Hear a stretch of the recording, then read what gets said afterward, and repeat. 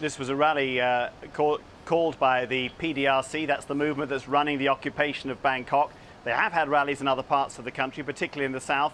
But down here in what's known as the eastern seaboard, there's also quite a lot of support for the opposition.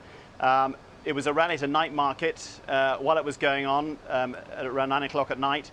Some pickup trucks drove past, threw grenades and opened fire with a variety of different guns on the crowd there. As a result, more than 30 were injured. 29 of those are still in hospital. One 5-year-old girl died from a gunshot wound, and at least one other young child is in very, very critical condition. She's been transferred to another hospital and may not survive.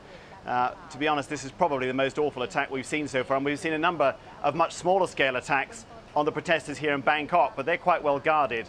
This provincial rally was a lot more vulnerable, and it comes after a week of reverses for the government, where the anti-government protesters have got more strength on their side, particularly from a clash which drove the police back on Tuesday, where 5 people died, and from a court decision that effectively barred the police from using any force at all against these protesters. And I think people will see this attack, awful though it is, as a response to the government's difficulties.